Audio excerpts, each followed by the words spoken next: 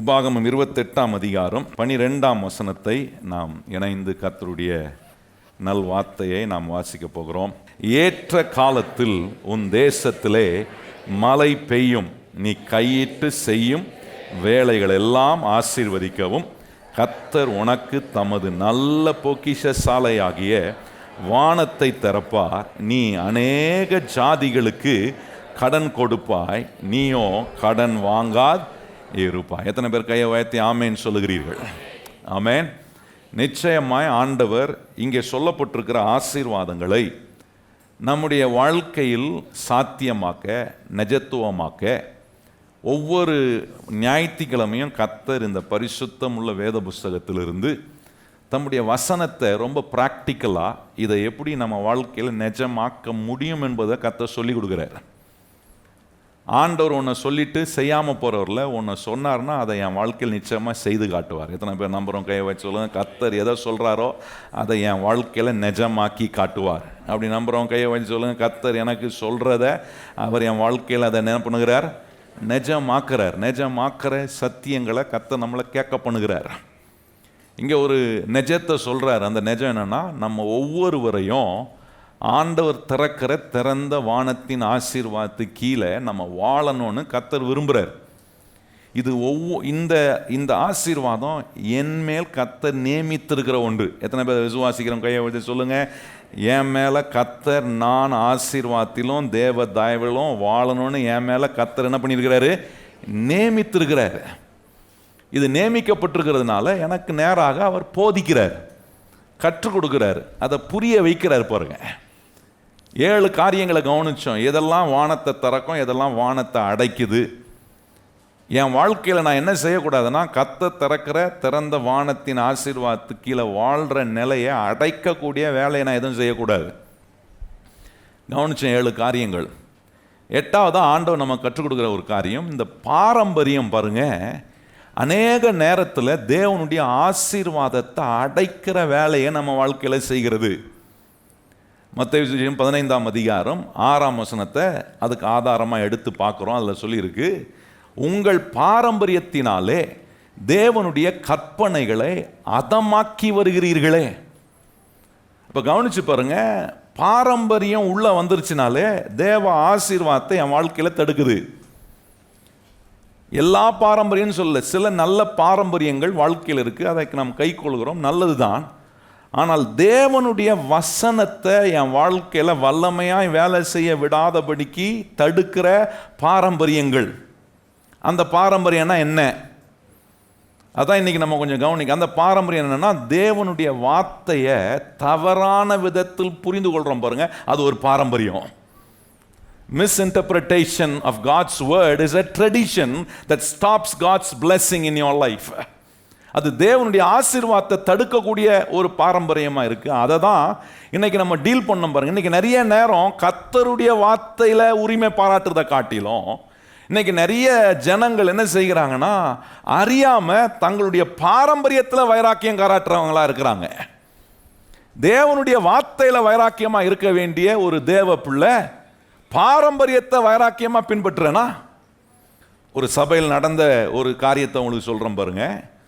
அந்த சபையில் என்ன இப்படி ஒரு அடையாளப்படுத்துறதுக்காக வைத்திருந்தாங்களாம். என்னென்னா, ஆண்கள் உட்கார்றதுக்கு பச்சை கலர் சேர், ஆண்கள் தரையில் உட்கார்றதுக்கு பச்சை கலர் பாய், பெண்கள் உட்கார்றதுக்கு சிவப்பு கலர் சேர், பெண்கள் கீழே உட்கார்றதுக்காக சிவப்பு கலர் பாய் போட்டு வச்சுருந்தாங்களாம்.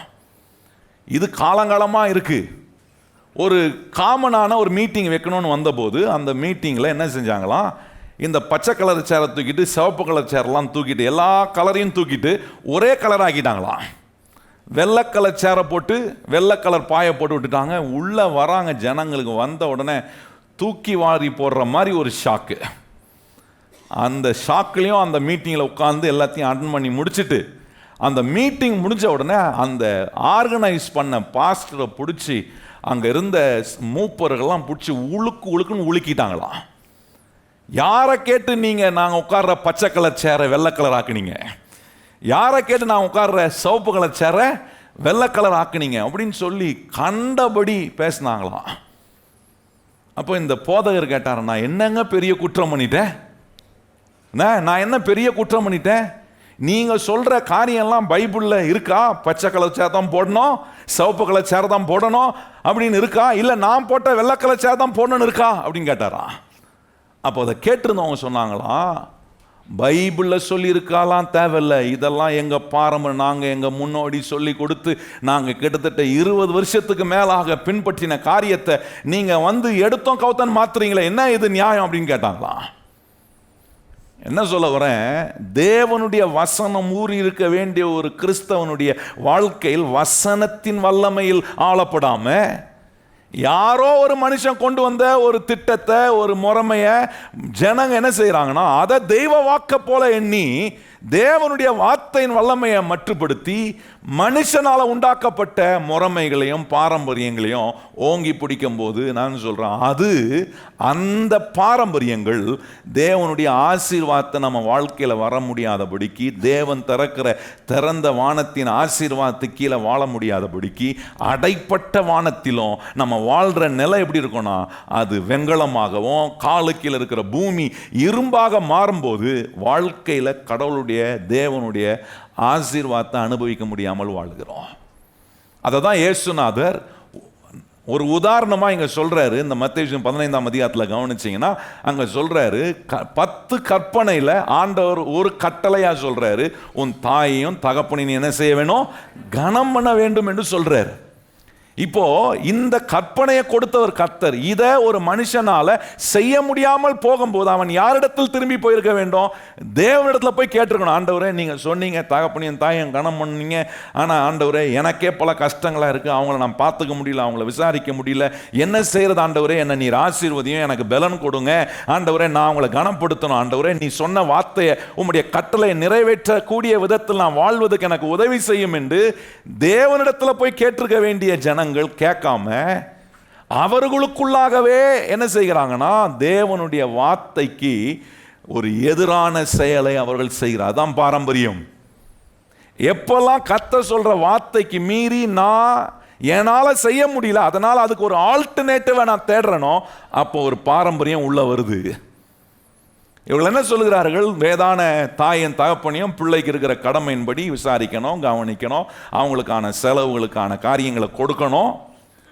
இதை செய்ய முடியல, அதுக்கு ஒரு மாற்று கருத்தா என்ன கொண்டு வராங்கன்னா அவங்க சொல்றாங்க, தாயின் தகப்பனுக்கு நீ கொடுக்குற வெகுமதியை, அந்த வெகுமதியை எடுத்து கர்த்தருக்கு ஒரு காணிக்கையா நீ கொடுத்துறீனா உன்னுடைய கடமையை நீ செய்து முடித்து விட்டாயிற்று அப்படின்றாங்க. எங்க சொன்னார் ஆண்டவர்?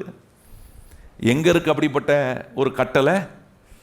தேவனுடைய வார்த்தையை தவறான புரிதலோடு காரியங்களை செய்யும்போது வாழ்க்கை முழுவதும் அந்த தவறின் விளைவுகளுக்குள்ள நம்ம தள்ளப்படும் போது தேவன் திறந்த வானத்தின் ஆசீர்வாதத்தில் வாழ முடியாமல் அடைப்பட்ட ஒரு நிலை நம்முடைய வாழ்க்கையில் உண்டாக நாம் இடம் கொடுக்கிறோம். இது போல ஆண்டவர் சொல்றாரு, மற்ற நிறைய காரியங்கள்ல தேவனுடைய வசனத்தினுடைய வல்லமையை வேலை செய்ய முடியாதபடிக்கு நம்முடைய பாரம்பரியம் பல தேவனுடைய சத்தியங்களையும் ஆசீர்வாதங்களையும் தடுக்கக்கூடிய ஒன்றா இருக்கு. அதுல ஒன்று நம்ம கவனிச்சோம், இந்த 1 தீமோத்தேயு 6ஆம் அதிகாரத்தில் போன வாரம் அதை கொஞ்சம் காண்பித்தேன். இன்னைக்கு அதில் இன்னும் கொஞ்சம் காரியங்களை உங்களுக்கு நான் சொல்ல விரும்புகிறேன் பாருங்க. அது ரொம்ப நம்முடைய கிறிஸ்தவ ஜீவியத்துக்கும் தேவன் திறந்த வானத்தின் ஆசீர்வாதத்துக்கு கீழே வாழ்வதற்கு இந்த சத்தியம் நமக்கு நிச்சயமாய் உதவி செய்யும். இன்னொரு வேத பகுதி, இது மாதிரி நிறைய வேத பகுதி இருக்கு, தவறாக புரிந்து கொண்டு அதில் என்ன சொல்லப்பட்டிருக்கிற சத்தியம் என்ன, அதனுடைய கண்ணோட்டம் என்ன, யாருக்கு சொல்லப்பட்டிருக்கிறது, எதற்காக அதை சொல்லப்பட்டிருக்குது என்பதை புரிந்து கொள்ளாம அதை வேற விதமாக தவறான விளக்கத்தை நம்மளே அதுக்கு உண்டாக்கிட்டு, இல்லை யாரோ ஒருத்தங்க சொன்ன விளக்கத்தை தேவன் சொன்ன சத்தியத்தில் இருக்கிற நிஜமான விளக்கத்தை புரிந்து கொள்ளாம போகும்போது அந்த சத்தியத்தின் முழுமையான ஆசீர்வாதத்தை நம்ம அடைய முடியாமல் போய்விடுகிறோம். பாருங்க, அந்த 6ஆம் வசனத்தை வந்து கவனிச்சிங்கன்னா அங்கே ஆண்டவர் சொல்ற அந்த வேத பகுதியை கவனிச்சிங்கன்னா அங்கே ஆசீர்வாதத்துக்கு எதிராகவோ செழிப்புக்கு எதிராகவோ பணத்துக்கு எதிராகவோ பொருளாதாரத்துக்கு எதிராகவோ ஆண்டவர் சொல்லலை. ஆனால் இன்னைக்கு நிறைய நேரம் நம்ம என்ன நினச்சிக்கிறோம்னா பணம் கெடுதி, பொருளாதாரம் கெடுதி, செழிப்பு தப்பு, ஆசீர்வாதம் தப்பு. ஆண்டவர் ஒரு நாள் அப்படி சொல்லலையே. ஆனால் நம்ம இந்த சத்தியத்தில் என்ன சொல்லப்பட்டிருக்கு என்பதை விளங்கிக் கொள்ளலாம். அதனுடைய பகுதி யாருக்கு சொல்லப்பட்டிருக்குன்னா, இந்த பொருளாசைனால, பண ஆசை, பொருளாசையும் பேராசையும் ஒரு மனுஷனுக்குள்ள கொண்டு வருது பாருங்க, அப்படிப்பட்ட ஒரு மனுஷனுக்கு சொல்லப்பட்ட ஒரு வேத பகுதி அது. இப்போ அந்த பகுதிக்கு நேராக நம்ம கொஞ்சம் வாசிக்கணும்னு விரும்புகிறேன். 1 தீமோத்தேயு 6ஆம் வசனத்திலேருந்து சில வசனங்களை 10ஆம் வசனம் வரைக்கும் வாசிப்போமே. 1 தீமோத்தேயு 6ஆம் அதிகாரம் 6ஆம் வசனத்திலிருந்து 10ஆம் வசனம் வரைக்கும் வாசிப்போமா? எல்லாம் வேதத்தை திறந்து கொஞ்சம் பார்க்கணும். ஆண்டவர் இன்னைக்கு இந்த காரியங்களை நமக்கு கற்றுக் கொடுக்குறார். ஏன்னா இந்த விதத்தில் நாம் நம்முடைய வாழ்க்கையை வாழ கர்த்தர் விரும்பலை. தேவன் விரும்புகிற ஆசீர்வாதத்திலும் தேவன் நம்முடைய வழிகளை வாய்க்க பண்ணி செழிப்படைய வைத்து நம்ம கையில் கர்த்தர் நம்ம வேலை செய்கிற வேலையில் கர்த்தர் தம்முடைய பொருளாதார ஆசீர்வாதத்தை கட்டளையிட்டு நம்மளை கொண்டு ஆண்டவர் இந்த உலகத்தில் சமுதாயத்தில் அவர் என்னெல்லாம் திட்டமிட்டு என்ன வேலையெல்லாம் நான் அவருக்காக செய்யணுமோ, அவருடைய ஊழியத்துக்காக ராஜ்யத்துக்காக செய்யணுமோ, சமுதாயத்தில் செய்யணுமோ, அதை செய்வதுக்கு இந்த தேவன் கொடுக்கும் ஆசீர்வாதம் எல்லாம் எனக்கு ரொம்ப முக்கியம்னு நம்புகிறோம். கையை உயர்த்தி ஆமென்னு சொல்லுங்க பார்ப்போம். ஆண்டவருடைய ஆசீர்வாதம் நமக்கு ரொம்ப அவசியம்.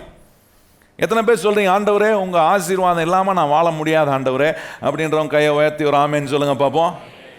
ஆண்டவருடைய ஆசீர்வாதம் இல்லாமல் வாழ முடியும்னு நினைக்கிறவங்க தான் இந்த மாதிரி சிக்கலில் போய் மாட்டிக்குப்பாங்க. கொஞ்சம் வாசிப்போமா? இணைந்து நம்ம வாசிப்போம். 6ஆம் வசனம் நாங்கள் சொல்லியிருக்கு பாருங்க. போதும் என்கிற மனதுடனே கூடிய தெய்வ பக்தி மிகுந்த ஆதாயம். உலகத்திலே நாம் ஒன்றும் கொண்டு வந்ததும் இல்லை, இதிலிருந்து நாம் ஒன்றும் கொண்டு போவதும் இல்லை என்பது நிச்சயம். உண்ணவும் உடுத்தவும் நமக்கு உண்டாயிருந்தால் அது போதும் என்று இருக்க கடவோம். ஐஸ்வர்யவான்களாக விரும்புகிறவர்கள் சோதனையிலும் கண்ணியிலும் மனுஷரை கேட்டிலும் அழிவிலும் அமிழ்த்துகிற மதிக்கேட்டும் சேதமுமான பலவித இச்சைகளிலும் விழுகிறார்கள். பண ஆசை எல்லா தீமைக்கும் வேறாய் இருக்கிறது. சிலர் அதை இச்சித்து விசுவாசத்தை விட்டு வழுகி அநேக வேதனைகளாலே தங்களை உருவ குத்தி கொண்டு இருக்கிறார்கள். இப்போ பாருங்க, நிறைய நேரம் கிறிஸ்தவ வாஸ்தவம் என்ன சொல்லுவோம்? போதும் என்கிற மனதுடனே கூடிய தெய்வ பக்தி மிகுந்த ஆதாயம். உடனே இதை நம்ம தவறா புரிஞ்சுக்கிறோம் பாருங்க. கொஞ்சம் ஆசீர்வாதம் கையில் வந்த உடனே ஆண்டவர் என்ன சொல்லியிருக்கார்? போதும் என்கிற மனதுடன் தெய்வ பக்தி மிகுந்த ஆதாயம். தெரியாதா உனக்கு? இந்த போதுன்ற வார்த்தை தான் நிறைய நேரம் ஒரு குழப்படியை நமக்கு புரிதலில் ஒரு குழப்படியை உண்டாக்கிருச்சு பாருங்க. இந்த போதுன்ற ஒரு வார்த்தையை நம்ம விளங்கிய நம்ம இந்த சத்தியத்தின்படி விளங்கி கொள்றதுக்கு நீங்கள் சாப்பிட்றீங்கன்னு வைங்களேன், எப்போ போதும்னு சொல்லுவீங்க? நல்லா சொல்லுங்க. இப்போ போய் சாப்பிட தானே போறீங்க? சாப்பிட்றீங்க, சாப்பிடும் போது எப்போ போதும்னு சொல்கிறோம்? வயிறு நிறைவான பிறகு தான். வயிறு ஃபுல்லாக ஆயிடுச்சுன்னா என்ன சொல்கிறோம்? வாயை திறந்து போதும். நான் கேட்குறேன், கிறிஸ்தவ வாழ்க்கையில் இயேசுவை ஏற்றுக்கொண்ட பிறகு உங்கள் வாழ்க்கையில் ஆண்டவருடைய ஆசீர்வாதம் உங்களுக்கு வயிறு நிறைய, உங்கள் வாழ்க்கை நிறைய நிரம்பிருச்சா? நிரம்பிருச்சுன்னா போதும் என்கிற மனதுடனே கூடிய தெய்வ பக்தி மிகுந்த ஆதாயம்னு சொல்கிறது எனக்கு பொருந்தும். எனக்கு இன்னும் நிறைய காரியங்களில் கடவுளுடைய ஆசீர்வாதம் வேணுமே. என் வாழ்க்கையில் வேணும், என் வேலையில் வேணும், என் தொழிலில் வேணும், என்னுடைய என்ன சில காரியங்கள் என் பிள்ளைகளுடைய வாழ்க்கையில், என் குடும்பத்துக்கு வேணும். எனக்கு கடவுளுடைய ஆசீர்வாதம், தேவனுடைய ஆசீர்வாதம் வேணும். ஆனால் அதை வர்றதுக்கு முன்னாடியே, அதை புரிந்து கொள்வதற்கு முன்பாகவே அதை குறித்த தப்பான ஐடியாவும் புரிதலும் எனக்கு இருக்கும்போது அந்த ஆசீர்வாதத்தை தேவன் சொல்கிற விதத்தில் பெற முடியாமல் போய்விடுகிறேன். நிறைய பேர் பிளேட்டில் சாப்பாடே போடலை, நிறைய பேருடைய இலையில் என்ன போடலை? சாப்பாடே போடலை. சாப்பாடு போட வரவனை பார்த்து என்ன சொல்கிறேன்? போதும் போதும். அவன் பார்ப்பான், சரியான கிறுக்கு போலகுது, இலையில சோறே இல்லை, சாப்பாடே இல்லை. ஆனால் இவங்க என்ன சொல்கிறாங்க? இதுதான், இது போல தான் கிறிஸ்தவ வாழ்க்கையிலும் ஆண்டவருடைய ஆசீர்வாதத்தை நம்ம மேலே கொடுப்பதுக்கு நல்ல ஒரு ரட்சிப்பை கர்த்தர் நம்ம கொடுத்துருக்கிறார். எத்தனை பேர் கையை உயர்த்தி ஆண்டவர் நன்றி சொல்லி, ஆண்டவர் நீர் கொடுத்த ரட்சிப்புக்காக உமக்கு ஸ்தோத்திரம். ரட்சிப்பை கொடுத்துட்டு, ரட்சிப்பை கொடுத்ததோடு நிறுத்தாம ரட்சிக்கப்பட்ட உங்களை கொண்டு வந்து கரெக்டான சபையில் கொண்டு வந்து இணைக்கிறாரு, கரெக்டான சத்தியத்தை கேட்குற இடத்துல கொண்டு வந்து வச்சிருக்கிறாரு. இவ்வளோ சத்தியத்தை கேட்கக்கூடிய இடத்துல வந்து கர்த்தர் நம்மளை ஆசீர்வதிப்பதுக்கான வழியை காட்டும் போது அதெல்லாம் வேணாம், எனக்கு அதெல்லாம் முக்கியம் இல்லை. இன்னைக்கு நிறைய கிறிஸ்தவங்க தட்டி கழிக்கிறாங்க கர்த்தருடைய அதனுடைய முக்கியம். அது ஏன் கொடுக்குறார், அதை வச்சு என்னை கொண்டு என்ன செய்ய விரும்புகிறாரு, இதெல்லாம் கேட்கறதுக்கே மனசு இல்லை, ரெடியாக இல்லை. அதுக்கு முன்னாடியே எங்கேருந்து வந்துச்சோ தெரில இந்த எண்ணங்கள். உடனே அதெல்லாம் வேணாம், அதெல்லாம் எனக்கு கேட்கணும்னு அவசியம் இல்லை. நல்ல கவனிங்கள். நம்ம ஊர் பழக்கம் வித்தியாசமானது, வெளிநாட்டில் இருக்கிற பழக்கம் வித்தியாசமானது. வெளிநாட்டுக்கு போயிட்டு நீங்கள் ஏதாவது வேணும், உங்களுக்கு வேணுமான்னு கேட்கும்போது நம்ம ஊரில் என்ன சொல்லுவோம், வானாங்க இருக்கட்டோங்க அப்படின்னு சொல்கிறோம் பாருங்க. அங்கே போய் வானாங்க இருக்கட்டோங்கன்னா போயிட்டு சரிங்க போயிட்டு வரணும்னு போயிடுவாங்க. எங்கள் அப்பா முதல் முறை அமெரிக்காவுக்கு போகும்போது சொன்னாராம், அவர் சொன்னார் என்கிட்ட, முதல் முறை அமெரிக்கா போகும்போது நான் இந்தியாவிலேருந்து போயிருக்கனால நம்ம இந்தியா பழக்கத்தோடு தான் நான் பேசினேன். என்னை விசாரிச்சுட்டு சாப்பிட்றீங்களான்னு கேட்டாங்க. இருக்கட்டோங்க பரவாயில்லைங்க, என்ன ஒன்றுமே கொடுக்காம அனுப்பிச்சிட்டாங்க என்ன.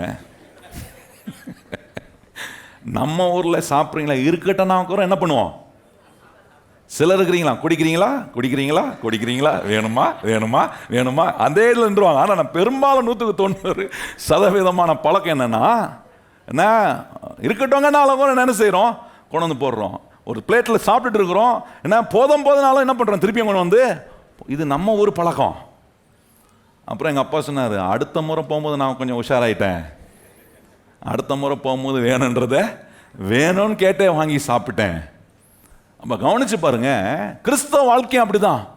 கர்த்தர் உங்களை ஆசீர்வதிக்க, கர்த்தர் உங்கள் வாழ்க்கையின் மூலமா அவர் செய்ய விரும்புகிற வேலையை செய்வதற்கு தேவன் தம்முடைய ஆசீர்வாதத்தை உங்களுக்கு கொடுக்க விரும்பும் போது, அநேக நேரம் நம்ம ஆசீர்வதிக்கப்படுறதுக்கு முன்னாடி அது வேணாம் ஆண்டவரே, போதும் ஆண்டவரே, ஆனால் இல்லை ஆண்டவரே, இப்படி ரொம்ப நம்ம ஊரில் சொல்லுவாங்க பார்த்தீங்களா, அதிக பிரசங்கித்தனம். இந்த மாதிரி ஆவிக்குரிய வாழ்க்கையிலும் கொஞ்சம் அதிக பிரசங்கித்தனம்லாம் நம்ம கொஞ்சம் அங்கங்கே வேலை செய்து அதை கொஞ்சம் கட் பண்ணுறதுக்கு தான் இன்றைக்கி இந்த சத்தியத்தெல்லாம் ஆண்டவர் நம்மக்கிட்ட போதிக்கிறார், கற்றுக் கொடுக்குறார் பாருங்க. இப்போ கவனிச்சு பாருங்க, இப்படி இங்கே பவுல் இந்த வேத பகுதி யாருக்கு சொல்கிறாருன்னா, பண ஆசையில் நிறைந்திருக்கிற ஐஸ்வர்யவான் ஆகணும்னு தீவரிக்கிறான் பாருங்க, அவனுக்கு சொல்ற அந்த மக்களுக்கு சொல்றாரு, இது உன்னை கேட்டிலும் அழிவிலும், உன்னை விசுவாசத்தை விட்டு விலகி போகவும், உன்னை அநேக வேதனைகளால் உருவ குத்தி கொள்ளக்கூடிய வேலையை செய்யும்னு அந்த ஆசை உள்ளவனுக்கு சொல்றாரு. இப்போ விசுவாசிகளுக்கும் ஒரு எச்சரிப்பு கொடுக்குறாரு. ஆண்டவர் ஒரு மனுஷனை ஆசீர்வதிக்கும் போது அந்த ஆசீர்வாதத்தின் மேலே உன் கண்ணு போய் அந்த கண்ணை நீ உன் கண் மூலமாக என்ன வாக்கிடக்கூடாதுன்னா, அந்த ஆசீர்வாதத்தை உனக்கு பொருளாசையாக மாற்றிடாத. பாருங்க, ஆசை தப்பு கிடையாது. பக்கத்தில் பார்த்து சொல்லுங்க, ஆசை என்ன கிடையாது. ஆனால் அந்த ஆசை பேராசையாக மாறும்போது தான் தப்பு. ஆசையை கொடுத்தவர் ஆண்டவர். அந்த ஆசையை பிசாசு பேராசையா மாத்துறதுக்கு என்ன செய்கிறானா, பொருள் மேலேயே கண்ணை வைக்க, பணத்து மேலேயே கண்ணை வைக்க. நீங்க பார்த்துருக்கீங்களா, சிலர்லாம் என்ன சொல்லுவாங்க பாருங்க, இந்த பைக்கை நான் வாங்குற வரைக்கும் எனக்கு சந்தோஷமே இல்லைங்க, இந்த பைக் கிடைச்சாதான் நான் சந்தோஷமா இருப்பேன், இந்த வீடை வாங்கினா தான் நான் சந்தோஷம், இந்த காரை வாங்கினா தான் நான் சந்தோஷமா இருப்பேன். நான் சொல்றேன், அந்த கார் வந்ததுனால உங்களுக்கு சந்தோஷம் வந்துருமா? வீடு வந்ததுனால சந்தோஷம் வந்தோம். ஒரு பொருள் உங்களை சந்தோஷப்படுத்திட முடியுமா? முதல்ல என்ன செய்யணும்னா, ஒரு மனுஷன் தான் சந்தோஷமா இருக்க என்ன செய்யணும், ஆண்டவர் என்ன சந்தோஷப்படுத்த என்ன எனக்கு கற்றுக் கொடுக்கிறார், என்ன எப்படி ரட்சிக்கிறார், என்ன எப்படி ஆசீர்வதிக்க விரும்புகிறார், என்ன எப்படி அநேகருக்கு ஆசீர்வாதமா வைக்க விரும்புகிறார் என்று எனக்குள்ள நான் சந்தோஷமா இருக்க பழகலனா, என்கிட்ட எந்த பொருளை கொடுத்தாலும் நான் சந்தோஷமா இருக்கவே முடியாது. நான் சந்தோஷமா இல்லாம எனக்கு ஒரு காரை கிடைச்சி எனக்கு ஒரு வீடை கொடுத்தா அந்த வீட்டுக்குள்ள சந்தோஷமா வாழ முடியுமா? அந்த காருக்குள்ள சந்தோஷமா நான் பிரயாணம் பண்ணுவேன்னா, அந்த வாகனத்தில் நான் சந்தோஷமா பிரயாணம் பண்ணுவேன்னா, கொஞ்சம் யோசித்து பாருங்க. அப்போ ரொம்ப முக்கியமானது எனக்கு, அதுதான் சொல்றாரு, அந்த போதுன்ற மனம் எனக்குள்ள வர வேண்டிய சந்தோஷத்துக்கு நான் முக்கியத்துவம் கொடுக்காம அந்த சந்தோஷத்தை அடையிறதுக்கு முன்னாடியே பேராசை உள்ளவனா மாறிடுறேனே, பொருளாசை உள்ளவனா மாறுறேனே. ஆசை தவறு கிடையாது. தினம் கொஞ்சம் நல்லா விளங்கிக்கணும்னா, ஒரு பையன் போய் ஒரு பொண்ணை பார்த்து சொல்கிறான் வச்சுங்க, நீ இல்லாமல் நான் வாழ முடியாது, நீ இல்லைனா நான் ஒன்றுமே இல்லை, நீ இல்லைனா எனக்கு சந்தோஷமே இல்லைன்னா அந்த பொண்ணு அப்போயே டாட்டா காட்டு போயிடணும். அந்த பையனுக்கு என்ன பண்ணணும், அப்போயே டாட்டா காட்டு போயிடணும். அந்த பொண்ணு மனசு உருகி, ஐயோ இவன் நான் இல்லைன்னா ஒன்றும் இல்லைன்றான், நான் இல்லைன்னா வாழ முடியாதுன்றான், நான் இல்லைன்னா சந்தோஷம் இல்லைன்றான் அப்படின்னு விழுந்தீங்கன்னு வச்சிங்களேன், 2 பேர் சந்தோஷமும் போச்சு. நல்லா விளங்கிக்கணும் நான் சொல்கிறது. அதெல்லாம் கல்யாணம் பண்ணுறவன்ட்டு நான் எப்பவுமே சொல்லுவேன், கல்யாணம் பண்ணும்போது சந்தோஷமான பொண்ணை பார்த்துருக்கியாரா? பார்த்துருக்கிற பொண்ணு சந்தோஷமான பொண்ணா, நல்ல சிரிச்சு கலகலன்னு இருக்கிற பொண்ணா, இல்லை சுடுமூஞ்சி மாதிரி உம்முன்னு இருக்கா? அப்போ நான் சொல்லுவேன், சுடுமூஞ்சி மாதிரி இருந்தால் அது சுடுமூஞ்சி தான் செட் ஆகும். நீ சுடுமூஞ்சியாக இருந்தால் உனக்கும் ஒரு சுடுமூஞ்சி மாற்றும். நான் சில நேரம் அந்த விவாக காரியங்களை செய்கிறதுக்கு முன்னாடி ப்ரீ மேரிட்டல் கவுன்சிலிங் கொடுப்போம் பாருங்கள். சிலர் மூஞ்சிலாம் 190% நாங்கள் கொடுத்தவங்களாம் நல்லா சிரிச்சு தான் இருப்பாங்க. சிலதெல்லாம் சிரிக்காமல் அப்படியே மரக்கட்டை மாதிரி என்னென்னமோ சொல்லி பார்ப்பேன், ஒன்றும் எடுபடாது. நினச்சிப்பேன், இது எப்படி வாழ போகிறாங்க இவங்க, இப்படியே தான். சீரியஸ் தான் லைஃப் ரொம்ப. அதனால் கவனிச்சு பாருங்க, ஒரு நல்ல சந்தோஷமான ஒரு பையனை பார்த்து என்ன செய்யணும்? ஒரு பொண்ணு கல்யாணம் பண்ணணும். ஒரு பையன் ஒரு சந்தோஷமான பொண்ணை பார்த்து கல்யாணம் பண்ணணும். இப்போ கல்யாணம் பண்ணவங்களாம் ரொம்ப யோசிக்கிறீங்க. இனிமே ஒன்றும் பண்ண முடியாது. கல்யாணம் பண்ண உங்கள் புருஷனை சந்தோஷப்படுத்த என்ன செய்யணுமோ செய்யுங்க.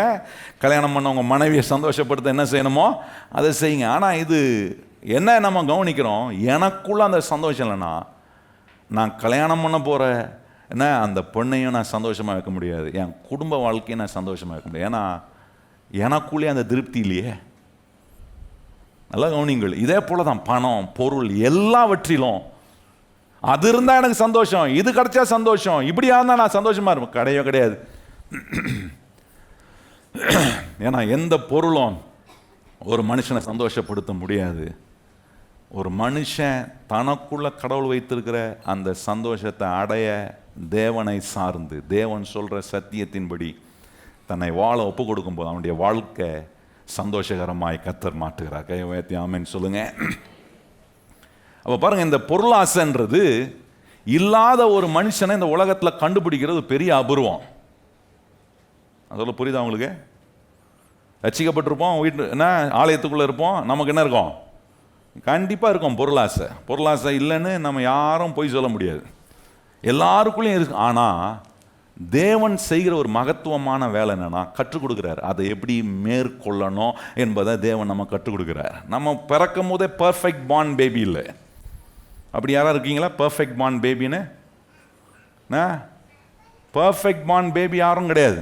ஒவ்வொரு நாளும் பர்ஃபெக்டாக இந்த வசனம் எனக்கு உதவி செய்யுது. கையை சொல்லுங்க, இந்த தேவ வசனம் ஒவ்வொரு நாளும் என்ன பர்ஃபெக்ட் ஆக்கக்கூடிய உதவியை எனக்கு செய்து.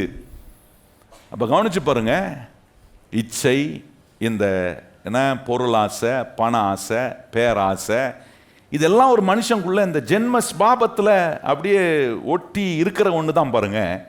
ஆனால் இயேசுவின்டே நம்ம வரும்போது இப்படிப்பட்ட போதனைகளை கேட்கும்போது அதுலேருந்து நான் என்னை பிரித்து வாழ பழகிறேன், கற்றுக்கொள்கிறேன். இல்லை இது என் வாழ்க்கையை நல்லாக்குற ஒன்றல்ல. தேவன் திறந்த வானத்தில் வாழ வைக்க முடியாதபடிக்கு இந்த பொருளாசை தேவ ஆசீர்வாதத்தை தடப்புனது. தேவனுடைய வல்லமையான வார்த்தை எனக்குள்ள வேலை செய்ய முடியாதபடிக்கு இந்த பொருளாசை பாரம்பரியம் போல உள்ள தேவனுடைய ஆசீர்வாதத்தை விட்டு என்னை பிரிக்குது.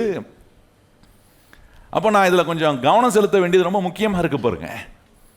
இந்த பொருளாசையை குறித்து வேதம் எப்படிப்பட்ட ஒரு எச்சரிப்பை நமக்கு கொடுக்குதுன்னா, அது என்ன பாதிப்பெல்லாம் ஒரு மனுஷனுக்குள்ளே உண்டாக்குது, என்ன மாதிரி என்ன நாசம் மோசங்களை ஒரு மனுஷனுக்குள்ளே ஏற்படுத்துது, என்ன மாதிரி சீரியஸான ப்ராப்ளமெல்லாம் ஒரு மனுஷனுக்குள்ளே இந்த பொருளாசை இந்த கவர்ச்சியஸ்னஸ், இந்த பண ஆசை மூலமாக உண்டாகிற பொருளாசை இருக்கு பாருங்க. இது ஒரு மனுஷனுக்குள்ளே வரும்போது அந்த மனுஷனை எப்படிப்பட்ட பாதிப்புக்குள்ளலாம், எப்படிப்பட்ட டேமேஜ் எல்லாம் ஒரு மனுஷனுடைய வாழ்க்கைக்குள்ளே உண்டாக்குது, எப்படிப்பட்ட சீரியஸான ப்ராப்ளமுக்குள்ளே கொண்டு போய் அவனை மாட்ட வைக்குது. அதனால தான் ஆண்டவர் சொல்றாரு, இந்த பொருளாசையில் நீங்களும் நானும் ஒரு காலம் அகப்படாதபடிக்கு அதை நம்முடைய வாழ்க்கையை விட்டு தூரமாக்கி தேவன் விரும்புகிற விதத்தில் நம்முடைய வாழ்க்கையில் ஆண்டவருடைய ஆசீர்வாதத்தை பெறவும் அதை உபயோகப்படுத்தவும் அந்த ஆசீர்வாதத்தை வைத்து அநேகருக்கு ஆசீர்வாதமாக இருக்க கர்த்தருடைய ராஜ்யத்தை கட்டுவதற்கு தேவன் கொடுக்கும் ஆசீர்வாதங்களை நாம் புரிந்து கொண்டு தேவ ஆசீர்வாதத்தை விரும்பி ஆண்டவரே நீர் என்னை ஆசீர்வதிக்க வேண்டும் என்கிற தெளிவு இருக்குமானால் ஒரு நாளும் இந்த பொருளாசையோ பண ஆசையோ பேராசையோ இது நம்முடைய வாழ்க்கையின் அங்கமாக இராதபடிக்கு நம்மளை காத்து தேவன் வழி நடத்த நமக்கு உதவி செய்ய. சில வசனங்களை இன்றைக்கி நான் உங்களுக்கு காண்பிக்க விரும்புகிறேன். இது எவ்வளோ பெரிய டேமேஜையும் எவ்வளோ பெரிய என்ன சீரியஸான ப்ராப்ளமை இந்த பொருளாசை ஒரு மனுஷனுக்குள்ளே உண்டாக்க முடியுன்றதை நீங்கள் பார்க்கணும் பாருங்க. அதை பார்த்தா தான் நம்ம இதை விட்டு விலகணும். எங்கேயாவது இது வந்துச்சுன்னா அதை எதுக்குறேன், அது என் வாழ்க்கையை விட்டு அகண்டு போகக்கூடிய காரியங்களை நான் செய்ய கவனம் உள்ளவனாக மாறேன். முதல்ல எபேசியர் 5ஆம் அதிகாரம் வாங்க. எபேசியர் 5ஆம் அதிகாரம் 5ஆம் வசனத்தை நம்ம கொஞ்சம் வாசிப்போமா? எபேசியர் 5ஆம் அதிகாரம் 5ஆம் வசனம். அங்கே பாருங்கள் என்ன சொல்கிறப்ப, இந்த பொருளாசையை எதோடலாம் கம்பேர் பண்ணி, எதோடலாம் கனெக்ட் பண்ணி காட்டுறாருன்னு பாருங்க. கனெக்ட் பண்ணி காட்டுறதெல்லாம் ரொம்ப மோசமான காரியங்கள். அப்போ பாருங்க, இந்த பொருளாசை எப்படி மோசமான காரியத்தெல்லாம் இதோட நிக்கல, இந்த பொருளாசையோட நிக்கல. அந்த பொருளாசை தொடர்ந்து என் கேரக்டரை ஸ்பாயில் பண்ணுது, என் லைஃபை ஸ்பாயில் பண்ணுது, என்னை பெரிய பெரிய சீரியஸான ப்ராப்ளமுக்குள்ள கொண்டு போய் விடுது அது.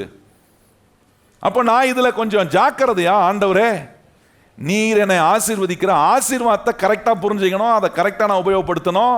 இந்த ஆசீர்வாதத்தை குறித்து நான் புரிந்து கொள்ளாமல் கண்டதை வாயத்திலிருந்து பேசக்கூடாது ஆண்டவரே. வாசிப்போமா 5ஆம் வசனம் என்னெல்லாம் சொல்றாரு பாருங்க. வாசிப்போமா 5ஆம் வசனம், எபேசியர் 5:5 வாசிப்போம். விபச்சார காரனாவது, அசுத்தனாவது, விக்கிரக ஆராதனை காரனாகிய, பொருளாசை காரனாவது, தேவனுடைய ராஜ்யமாகிய கிறிஸ்துவின் ராஜ்யத்திலே சுதந்திரம் அடைவது இல்லை என்று அறிந்திருக்கிறீர்களே. நல்லா கவனிங்க, இந்த பொருளாசையை குறித்து சொல்லும் சொல்றாரு பாருங்க. பொருளாசைக்காரனாகிய, என்ன, விக்கிரக ஆராதனைக்காரனாகிய பொருளாசைக்காரன் ஆவது, விபச்சாரக்காரனாவது, அசுத்தமான காரியத்தை செய்கிறனாவது.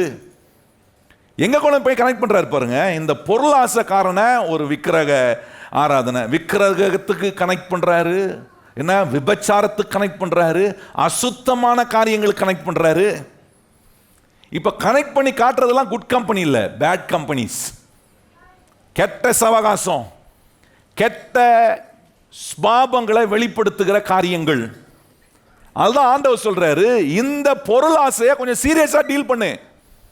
ஏன்னா அது உன்னுடைய ஆசீர்வாதத்தை தடுக்கிறது மாத்திரம் இல்ல, உன்னுடைய கேரக்டரை ஸ்பாயில் பண்ணுது, உன்னுடைய என்டையர் லைஃபை ரூயின் பண்ணக்கூடிய வேலையை செய்தான். வாழ்க்கைக்குள்ள இது வந்துச்சுன்னா நம்மளை டேர் பண்ணி, நம்மளை டிஸ்ட்ராய் பண்ணி, நம்மளை கில் பண்ணாம விடவே விடாது. இந்த covetousness will tear you apart, it will destroy your life, it will kill your life altogether. அதான் ஆண்டவர் சொல்றார், இது இவ்வளவு சீரியஸான விஷயத்தை ஆண்டவர் சொல்லி கொடுக்கும்போது ஆண்டவர் என்ன விரும்புகிறார்? ரட்சிக்கப்பட்டு தேவனுடைய பிள்ளைகளாக இருக்கிற நம்ம இந்த பொருளாசை என்கிற இந்த வலைக்குள்ள நம்ம விழாம இருக்க நம்மளை காத்துக்கொள்ள வேண்டும். இதே தான் பவுல் இன்னொரு இடத்துல சொல்றாரு பாருங்க.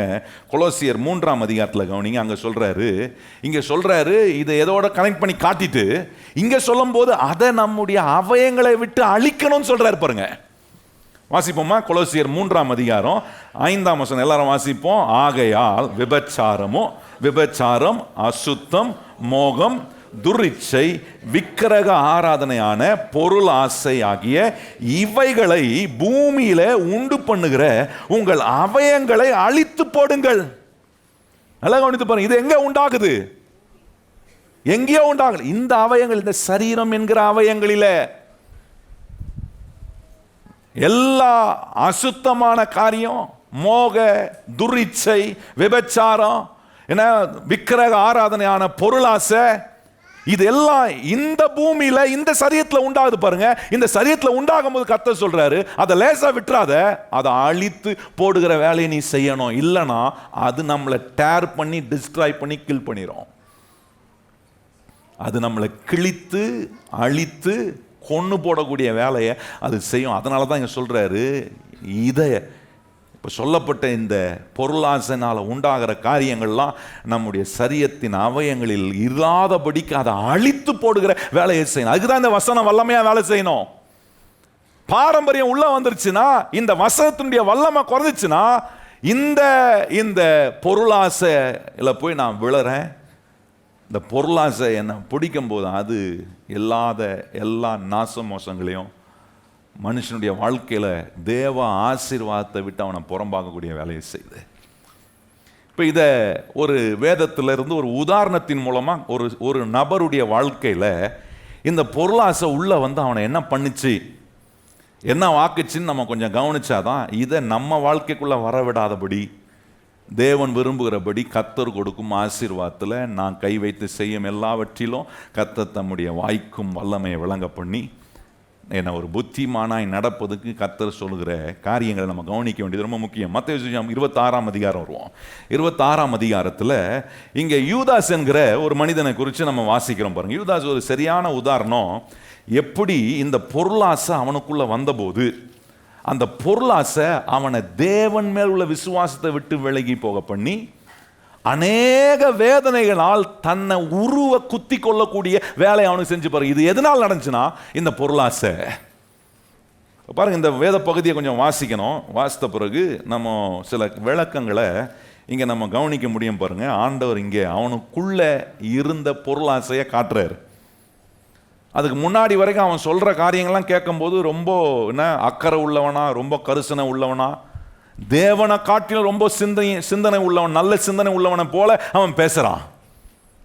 ஆனா அதுக்கு பிறகு அவனுக்குள்ள இருக்கிற நிஜமான அந்த பொருளாசையினுடைய அந்த சாயல் வெளிப்படும் போது அவனுக்குள்ள பிசாசு செய்கிற காரியங்கள் அவனை என்னவா ஆக்குதுன்றது தான் இன்னைக்கு நம்ம கற்றுக்கொள்ள வேண்டிய ஒரு வாழ்க்கையின் பாடம். வாசிப்போமா? 6ஆம் வசனத்திலிருந்து சில வசனங்களை வாசிக்கணும்னு விரும்புகிறேன். மத்தேயு 26ஆம் அதிகாரம் 6ஆம் வசனத்தில் வாசிப்போமா? இயேசு பெத்தானியாவில் குஷ்டரோகியாய் இருந்த சீமோன் வீட்டிலே இருக்கையில் ஒரு ஸ்திரீ விலையேற பெற்ற பரிமள தைலமுள்ள வெள்ளை கல்பாறையை கொண்டு வந்து அவர் போஜனம் பந்தியில் இருக்கும்போது அந்த தைலத்தை அவர் சிரசின் மேல் ஊற்றினாள். அவருடைய சீஷர்கள் அதை கண்டு வெசனம் அடைந்து, இந்த வீண் செலவு எதற்கு? நல்லா கவனிங்க, 8ஆம் சொல்லுது, அதை பார்த்த சீஷர்கள். இதே சம்பவத்தை யோவான் சுவிசேஷம் 12ஆம் அதிகாரத்தில் 3ஆம் வசனத்தை வாசித்தீங்கன்னா அங்கே யார் இது வேஸ்ட்னு சொல்றாருன்னா யூதாஸ் வேஸ்ட்ன்றாரு. ஆனா இங்க மத்தேயு சொல்லும்போது சொல்ற அங்க இருந்த சீஷர்கள் எல்லாம் சொன்னாங்களா? என்ன சொல்றாங்க? இந்த வீண் செலவு எதற்கு? 9ஆம் வசனம் பாருங்க, இந்த தைலத்தை உயர்ந்த விலைக்கு விற்று தரித்திரருக்கு கொடுக்கலாமே என்றார்கள். இயேசு அதை அறிந்து அவர்களை நோக்கி, நீங்கள் இந்த ஸ்திரீயை ஏன் தொந்தரவு படுத்துகிறீர்கள்? என்னிடத்தில் நற்கிரியை செய்திருக்கிறாள். தரித்திரர் எப்பொழுதும் உங்களிடத்தில் இருக்கிறார்கள், நானோ எப்பொழுதும் உங்களிடத்தில் இரேன். இவள் இந்த தைலத்தை என் சரீரத்தின் மேலே ஊற்றினது என்னை அடக்கம் பண்ணுவதற்கு எத்தனமான செய்கையாய் இருக்கிறது. இந்த சுவிசேஷம் உலகத்தில் எங்கே எங்கே பிரசங்கிக்கப்படுமோ அங்கே அங்கே இவளை நினைப்பதற்காக இவள் செய்ததும் சொல்லப்படும் என்று மெய்யாகவே உங்களுக்கு சொல்லுகிறேன் என்றார். நல்லா கவனிங்க. இப்போ ஆண்டவரை பார்த்து இந்த சீஷர்கள் சொல்றாங்க, இந்த மரியாள் செய்த ஒரு விலையேற பெற்ற வேலை அவகிட்ட இருந்த நலதம் என்கிற தைலம், அது ரொம்ப விலையேற பெற்ற தைலம் அவட்ட இருந்துச்சு. அந்த ஒரு தைலத்தினுடைய காஸ்ட் உங்களுக்கு சொன்னேன், கிட்டத்தட்ட 4 லட்சம் ரூபாய்க்கு மேலே. கொண்டு வந்து இயேசுவினுடைய பாதத்தில் அவ ஊற்றுகிறா. இப்போ இந்த சீஷர்கள் பார்க்குறாங்க, யூதாஸ் பார்க்குறான், சொல்கிறாங்க. அங்கே யூதாஸ் சொல்கிறான் யோவான் 12, இங்கே சீஷர்களும் சொல்கிறாங்க, இந்த வீண் செலவு எதுக்கு? இதை உயர்ந்த விலைக்கு விற்று ஏழைகளுக்கு கொடுத்துருக்கலாமே. இங்கே இந்த சொல்கிறதெல்லாம் பார்க்கும்போது அப்படியே ரொம்ப பெரிய அக்கறையோட கருசனையோட ஏழை மக்கள் மேலே, ஏழை சமுதாயத்தின் மேலே எவ்வளோ கருசனையாக இருக்கிறது போல இவங்க சொல்கிறாங்க. இயேசுநாதரை காட்டிலும் ரொம்ப கருசனை உள்ளவர்களை போல இவர்கள் பேசுகிறார்கள். இப்போ நீங்கள் கவனித்து பார்க்கணும், இயேசுநாதர் எப்படிப்பட்ட வேலையெல்லாம் செய்யக்கூடியவராக இருக்கிறாரு, எவ்வளவு தகுதி உள்ளவர், எவ்வளவு வர்த் உள்ளவர் அவர் என்பதை இயேசுவை அவர்கள் மதிப்பீடு பண்ணாம இயேசுவுக்கு செய்யப்பட்ட காரியத்தை ரொம்ப பெருசா மதிப்பிடுகிறார்கள். ஆனா மரியாளுக்கு தெரியுது, இல்ல இல்ல நான் செஞ்சது பெருசு இல்ல, நான் செய்யற இந்த இயேசு மிக பெரியவராக இருக்கிறார். ஏன் அவர் பெரியவர்னா மனுக்குலத்தினுடைய எல்லா பிரச்சனையும் தீர்க்க போறவர் அவர் ஒருவர். எத்தனை பேர் நம்புறோம்? கையை உயர்த்தி ஆமென் சொல்லுங்க. இயேசு ஒருவர்தான் மனுஷனுடைய வாழ்க்கையில் இருக்கிற பிரச்சனைக்கெல்லாம் தீர்வு கொடுக்கிறவர் அவர். ஆனா அவருக்கு இப்படிப்பட்ட ஒரு காரியத்தை செய்யும் போது அவர்கள் எல்லாரும் சொல்றாங்க, ஐயோ இது வேஸ்ட். இன்னைக்கும் நிறைய நேரம் என்ன நம்ம சொல்கிற காரியங்கள் என்ன, இது எதுக்கு ஆண்டவருக்கு செஞ்சுக்கிட்டு, இது வேஸ்ட்டு, இதை செய்யாமல் அதுக்கு பதிலாக அதை பண்ணியிருக்கலாம், இதை செஞ்சுருக்கலாம், இப்படி பண்ணியிருக்கலாம், அப்படி கொடுத்துருக்கலாம், என்ன 4 பேருக்கு என்ன உதவியாக இருந்திருக்கும், 4 பேருக்கு சோறு போட்டிருக்கலாம், இதை செஞ்சதுக்கு பதிலாக. நல்லா கவனிங்க. நீங்கள் எதையாவது ஒன்று வாங்கினீங்கன்னு வைங்களேன், அதை குறை சொல்றது சுற்றி 4 பேர் வருவாங்க. வந்துட்டு என்ன சொல்லுவாங்க, இதை நீ வாங்கி காசை வேஸ்ட் பண்ணதுக்கு நீ என்ன பண்ணியிருக்கலாம், ஒரு 4 பேருக்கு 4 ஏழை மக்களுக்கு உதவி செஞ்சிருக்கலாம். இப்படி சொல்கிறவங்க இருக்கிறாங்க பார்த்தீங்களா. ஒரு நாளும் ஒரு பைசா ஏழை கொடுத்து உதவி செஞ்சிருக்கவே மாட்டான்.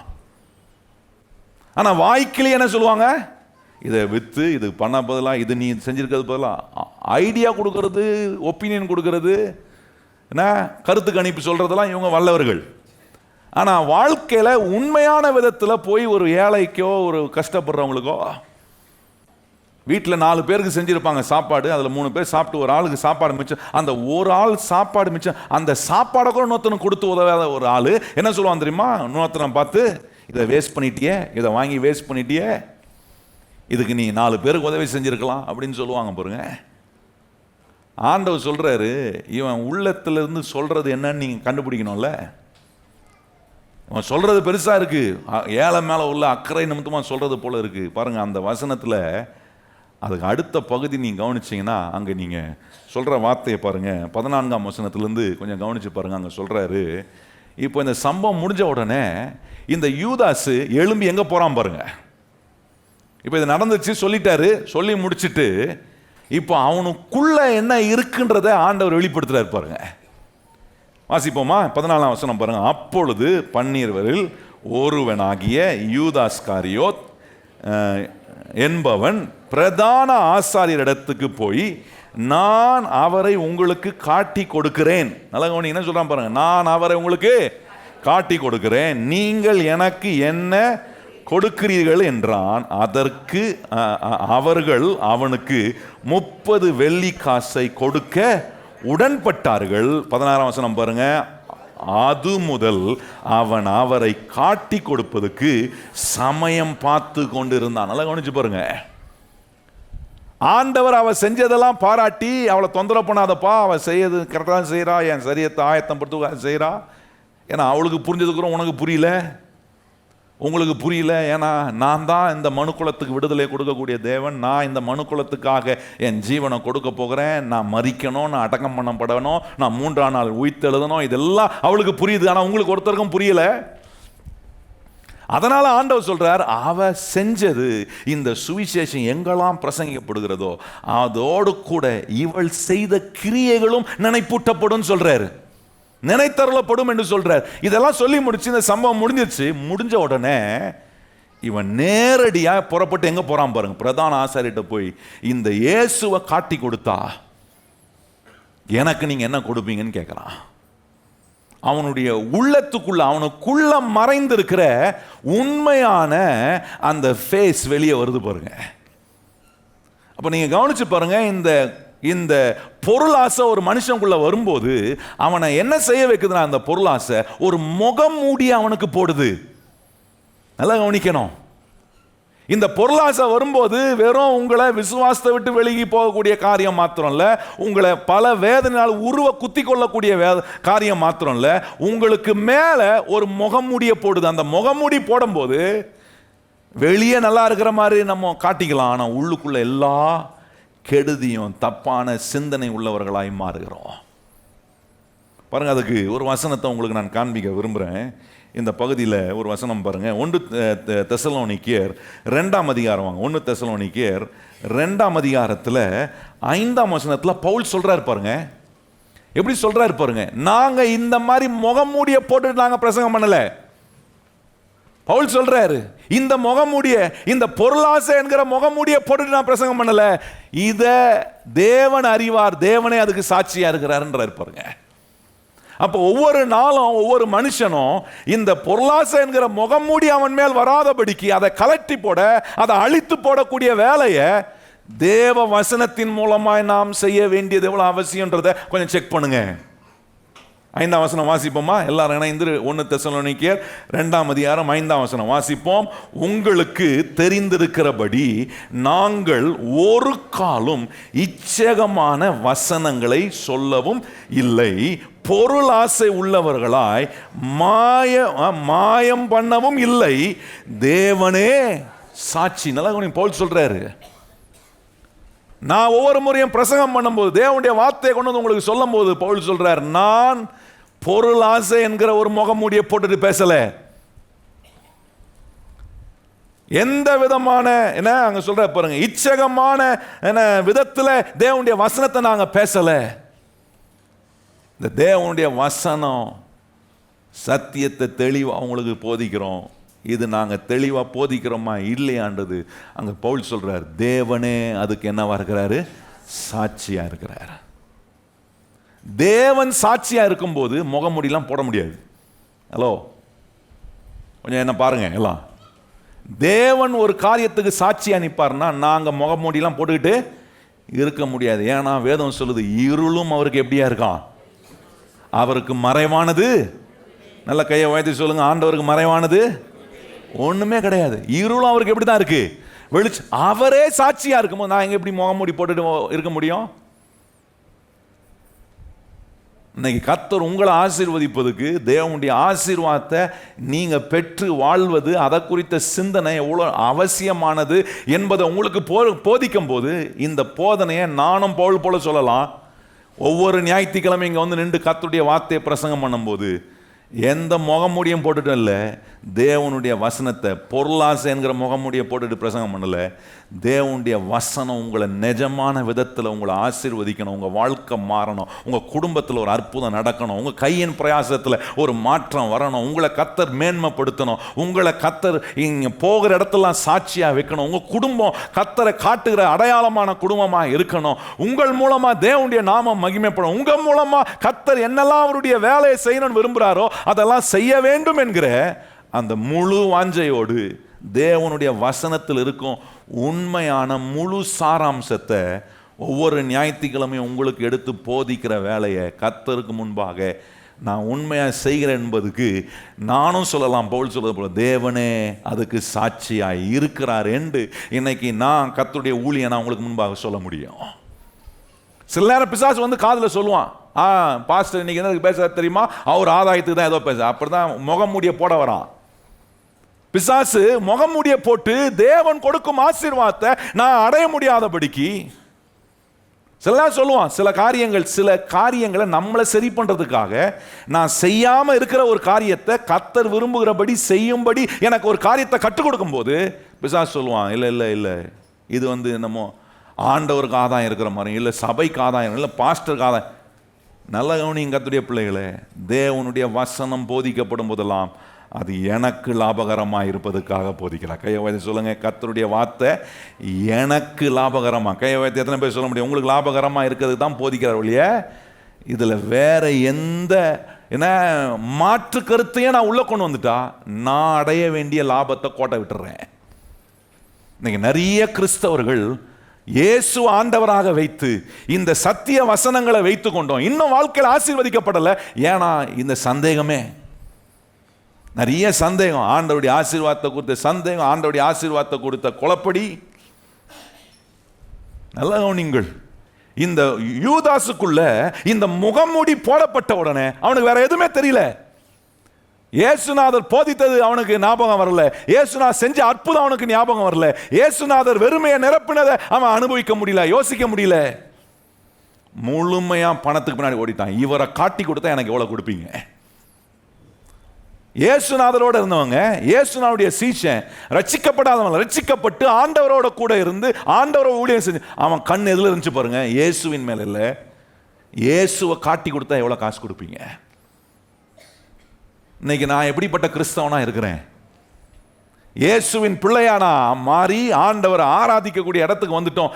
இன்னும் பொருளாசைக்காரனா பேராசைக்காரனாகவே நான் இருக்கிறேன்னா அப்ப ஆண்டவர் சொல்றாரு, முகமூடி போட்டிருக்கிற அந்த முகமூடியை அழித்து போடுற வேலையை நிச்சயமா நான் செய்யணும்.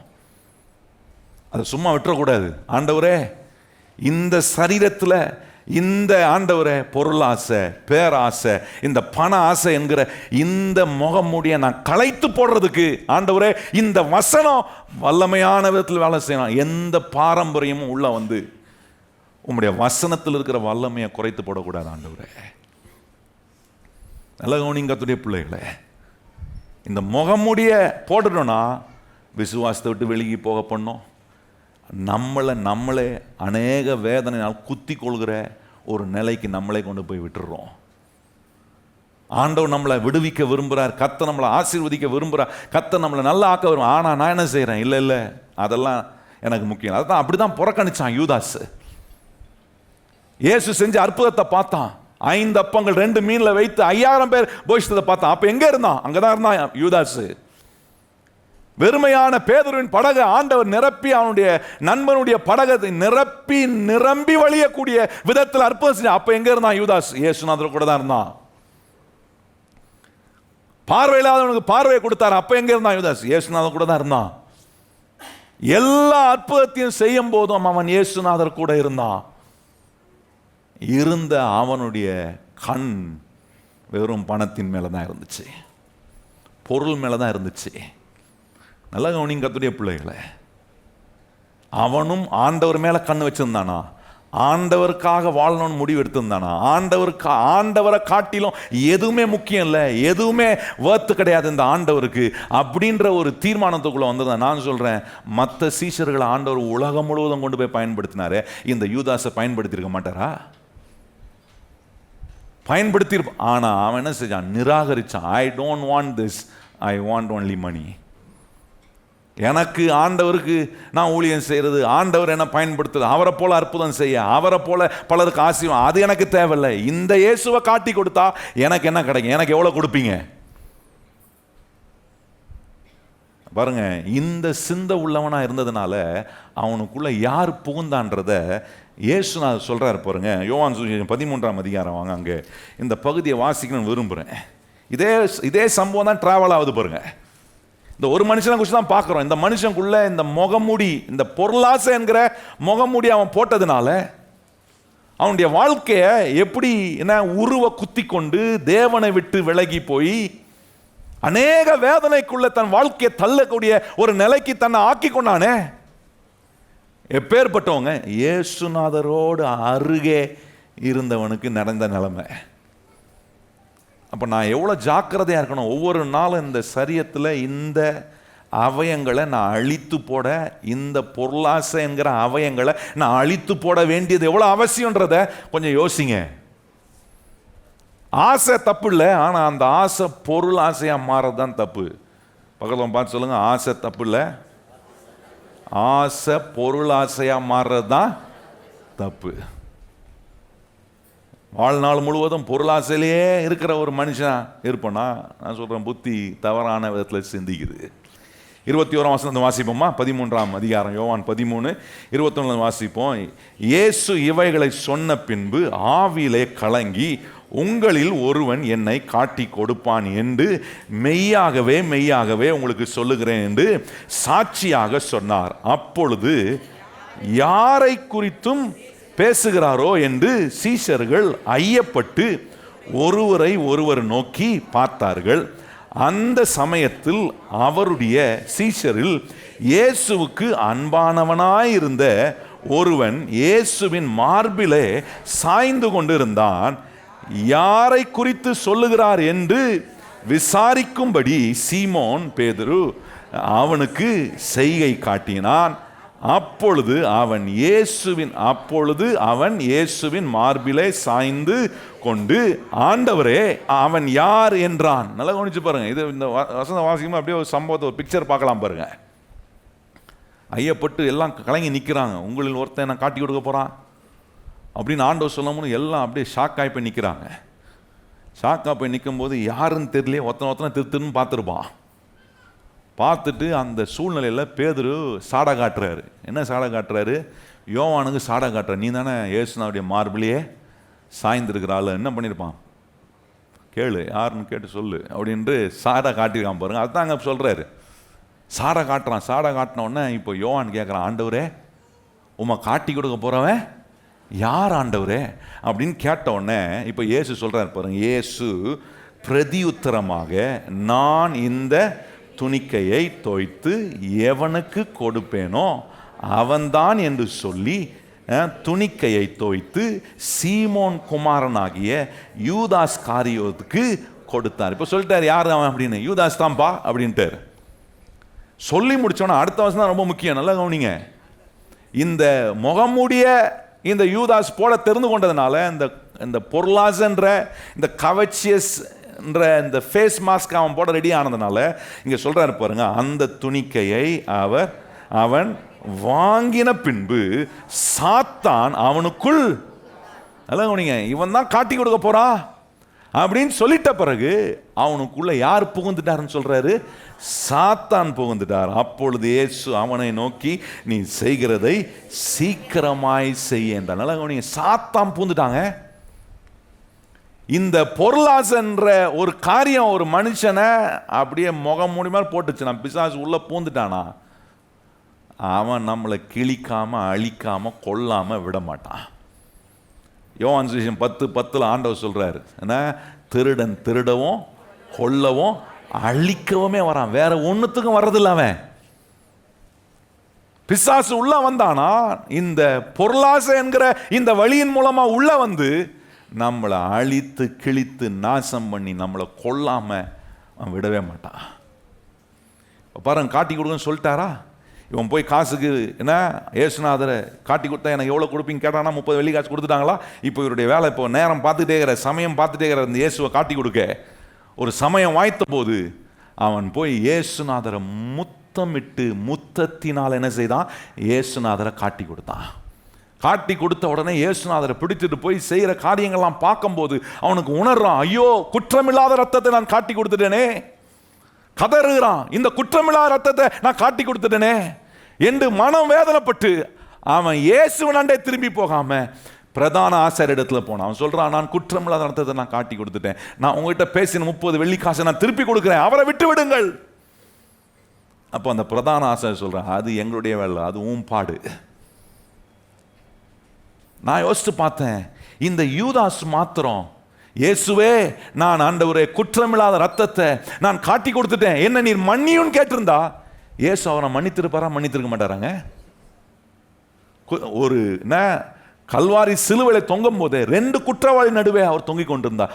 ஒருவன் மன்னிப்பு கேட்டும் போது அவனை மன்னித்து ஆண்டவர் சொல்ற, இன்றைக்கு நீயும் என்னோட எங்க இருப்பாய், பரதேசில இருப்பாய்ன்னு சொன்னார. அவனை மன்னித்தவர் இந்த யூதாசை மன்னிக்காம இருந்திருப்பாரா?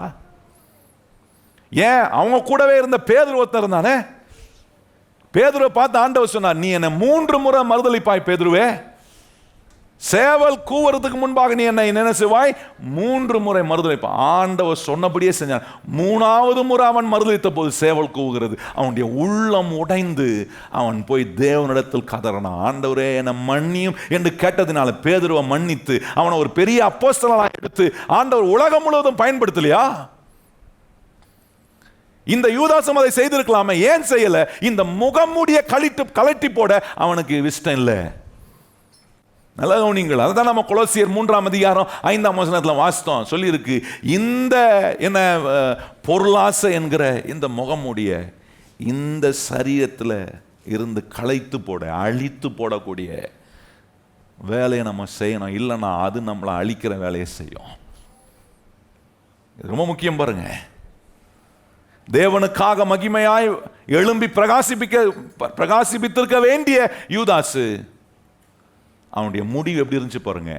தேவனை விட்டு விலகி போனா, விசுவாசத்தை விட்டு வெளியே போனா, அநேக வேதனைகளால் தன்னை உருவ குத்தி, ஐயோ குற்றமில்லாத ரத்தத்தை நான் காட்டி கொடுத்துட்டேனே என்று தன்னை குத்தி கொள்ளக்கூடிய வேதனையினால் தன்னை குத்தி கொள்ளக்கூடிய நிலைக்கு ஏற்பட்டு கடைசியாய் அவன் தெரிந்து கொண்ட வழி என்ன, நாண்டு கொண்டு செத்தான்.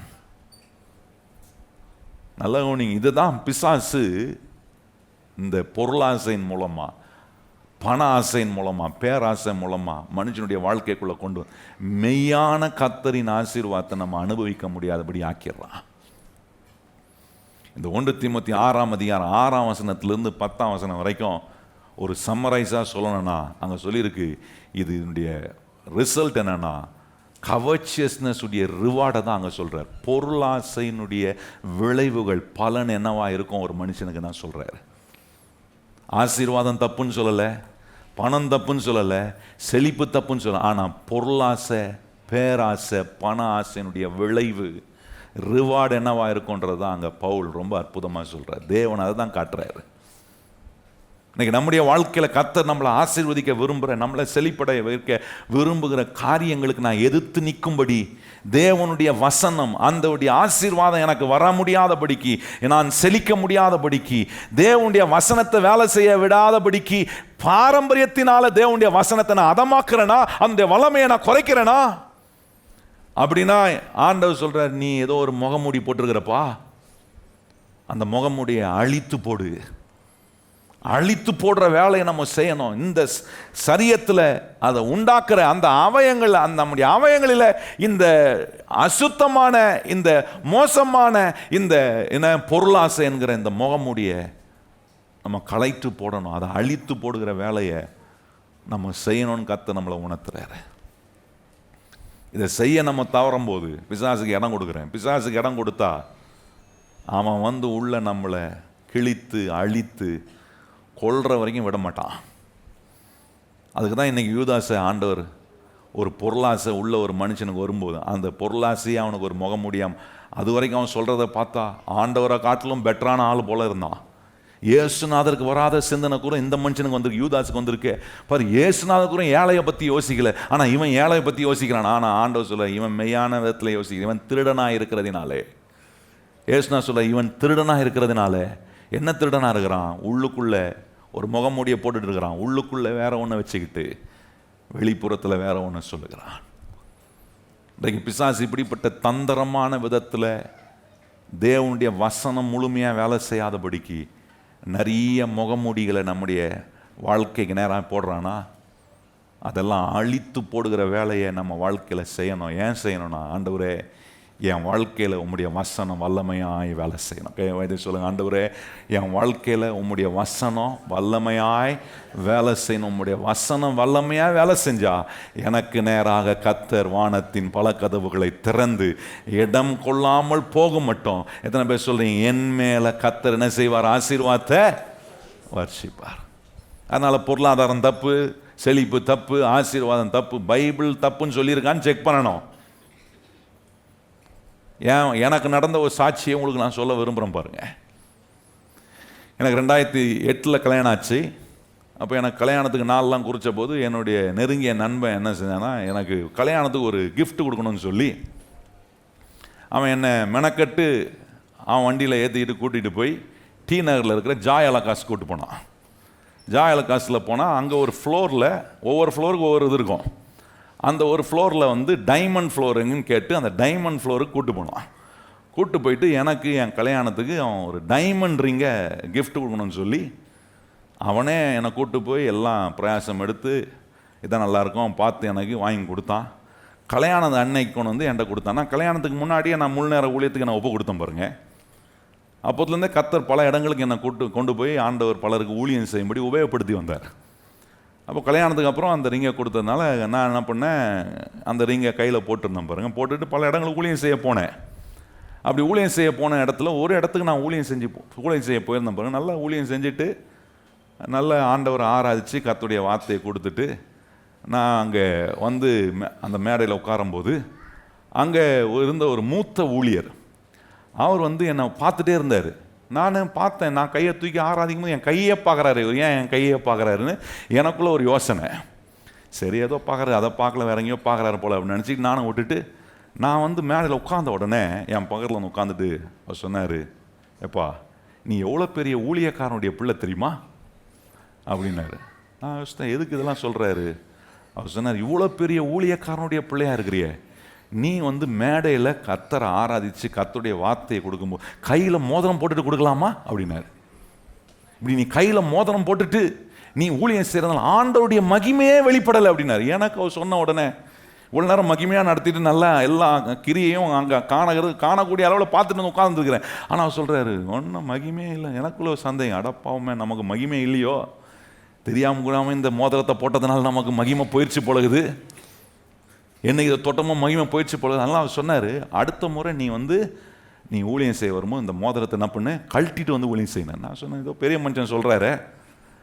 அந்த நேரத்தில் நான் உட்காந்து நான் ஆர்கியூலாம் பண்ணலை. நான் சரி சொல்கிறாரு அப்படின்ட்டு என்ன பண்ணேன், அடுத்த செக்ஷனுக்கு என்ன பண்ணேன்னா என் கையில் இருக்கிற மோதிரத்தை கழட்டி பாக்கெட்டில் போட்டு நல்லா நடத்துகிறேன். நல்லா மகிமையாக இருந்துச்சு. நான் யோசிக்கிறேன், போன முறை போட்ட முறை இதே மகிமை தான் இருந்துச்சு, அதே மோதிரத்தை கழட்டி பாக்கெட்டில் வைக்கும்போது இதே மகிமை தான் இருக்குது. எல்லாம் முடிஞ்சுட்டு வீட்டுக்கு வந்தோம் பாருங்கள். வீட்டுக்கு வந்து எனக்குள்ளே ஒரே குழப்படி. என்ன ஆண்டவரே, நானா கேட்டேன் இந்த மோதிரத்தை?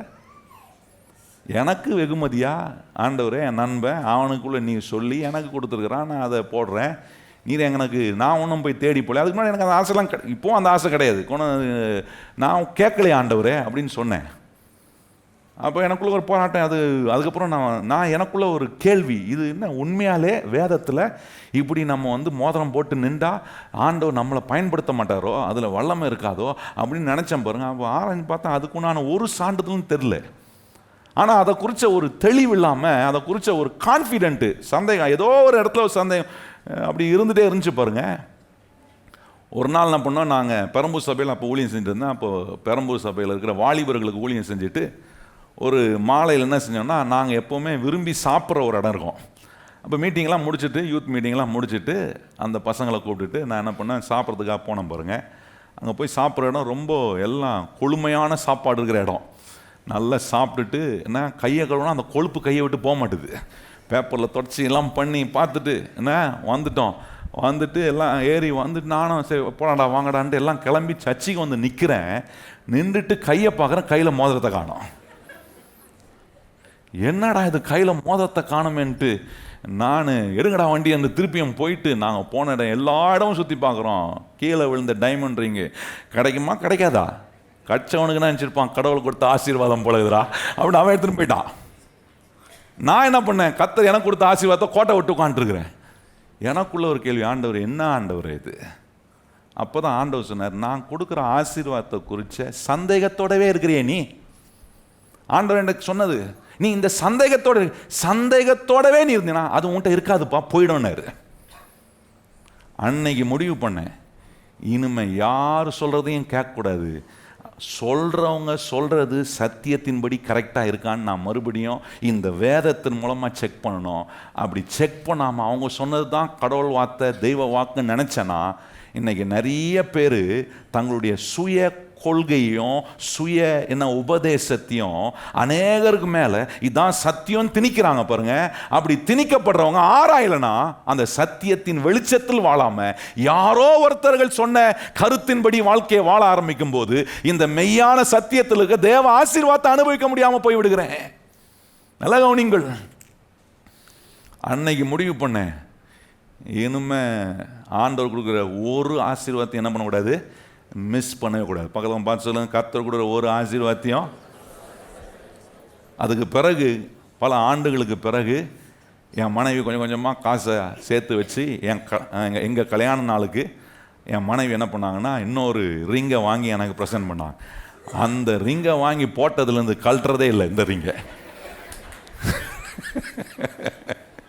எதுக்கு கழட்டி ஒம்பு போகிறதுக்கு, அதனால் கழட்டுறதே இல்லை. ஆண்டவரே நீர் கொடுத்த ஆசீர்வாதம், இதை நான் என்ன பண்ண போகிறதில்ல, சந்தேகப்பட போகிறதே இல்லை. ஆண்டவரே இத்தனை வருஷம் போட்டுட்டு தான் பிரசங்கம் தான் பண்ணுறேன், ஊழியம் செய்கிறேன், வல்லமை இல்லையா, நான் கர்த்தர் பயன்படுத்தலையா, கர்த்தர் ஜனங்களுடைய வாழ்க்கையை மாற்றலையா?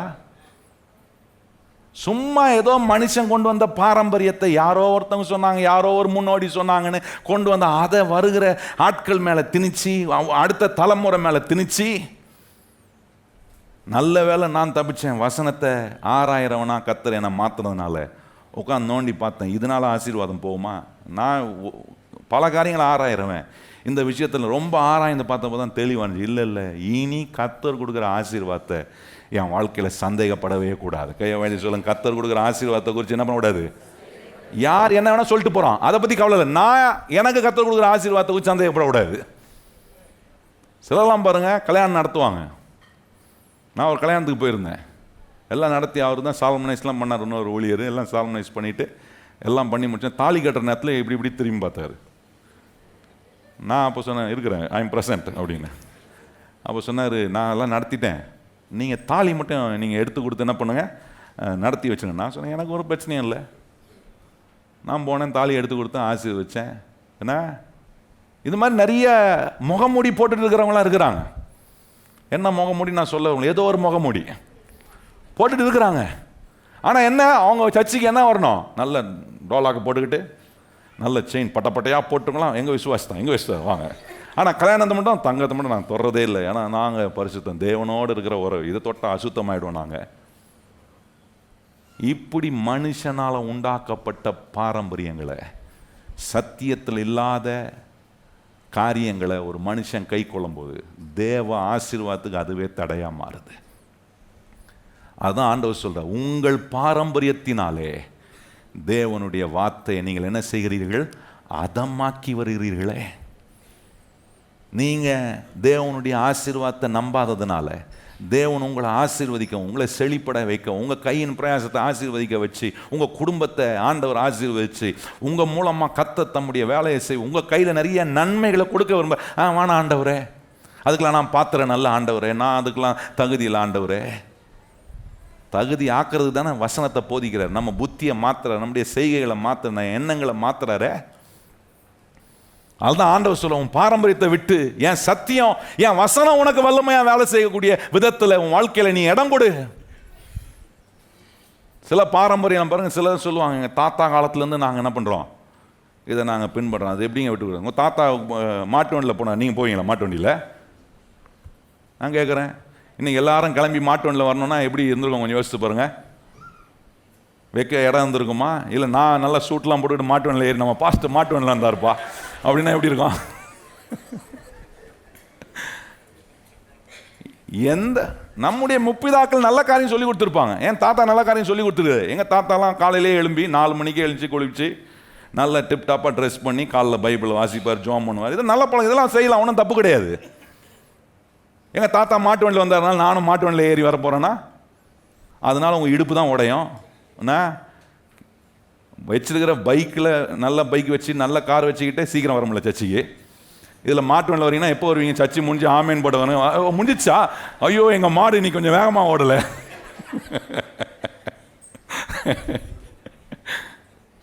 நல்லா கவனிங்க, தேவன் கொடுக்குற ஆசீர்வாதத்தை சந்தேகப்படக்கூடாது. பக்கத்தில் பார்த்து சொல்லுங்க, கர்த்தர் கொடுக்குற ஆசீர்வாதத்தை சந்தேக பேர்வழியாக இருந்துடக்கூடாது. நம்ம ஆண்டவரே நீர் கொடுக்கும் ஆசீர்வாதத்தை புரிந்து கொள்ள புத்தியை கொடுங்க ஆண்டவரே, கரெக்டாக உபயோகப்படுத்தக்கூடிய அறிவை தாங்க ஆண்டவரே. நான் துஷ்பிரயோகப்படுத்தாமல், அப்யூஸ் பண்ணாமல் கரெக்டாக நான் யூஸ் பண்ணேன். எனக்கு நீர் கொடுக்கும் ஆசீர்வாதத்தை ஆண்டவரே வாழ்க்கைக்கு உபயோகரமாய் மாற்ற எனக்கு கிருபை தாங்கன்னு கேட்டிங்கன்னா நான் சொல்கிறேன், நம்முடைய வாழ்க்கை இந்த பொருளாசை என்கிற முகமூடியிலிருந்து நம்ம வாழ்க்கை விலக்கி காக்கப்பட.